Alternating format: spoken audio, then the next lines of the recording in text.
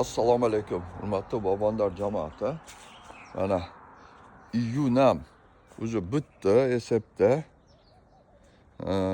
Уже iyulam kelib qoldi.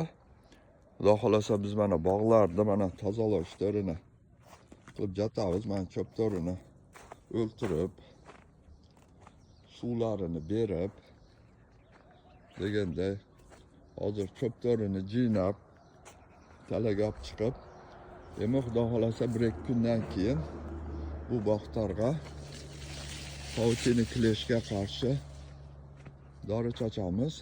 O'mayt, vermitek degan. Mana yaxshi bo'lib qoldi, xudo xolasa. Gilaslar bitdi deb tashlab qo'yvoy.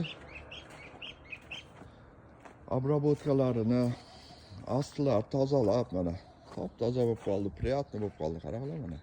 Ichi toza. Daraxtlarning sostoyaniyasi ham yaxshi. Cho'ptor deshikka olib chiqamiz. Shu Pautiniga qarshi dori sepib qo'ysak,